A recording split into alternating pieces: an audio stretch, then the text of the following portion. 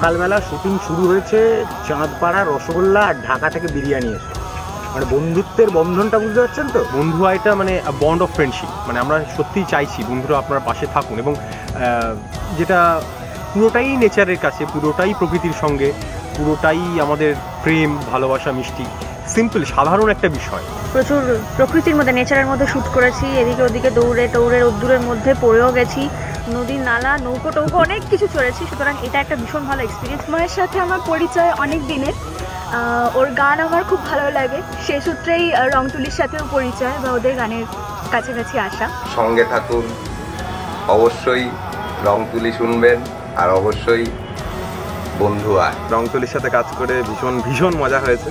এই 2-3 দিন বেশ খাটাখাটনিও হয়েছে। রংতুলির এই গানটা, মানে যে গানটায় আমরা কাজ করলাম, এই গানটা হচ্ছে রংতুলির নিজস্ব, একদমই মানে নিজেদের লেখা গান। রংতুলির নতুন কাজ আসছে এবং এতদিন আপনারা রংতুলিকে যেভাবে দেখেছেন সে একটু অন্যভাবে দেখবেন, কেননা এবার রংতুলি প্রথম তাদের অরিজিনাল গান নিয়ে আসছে।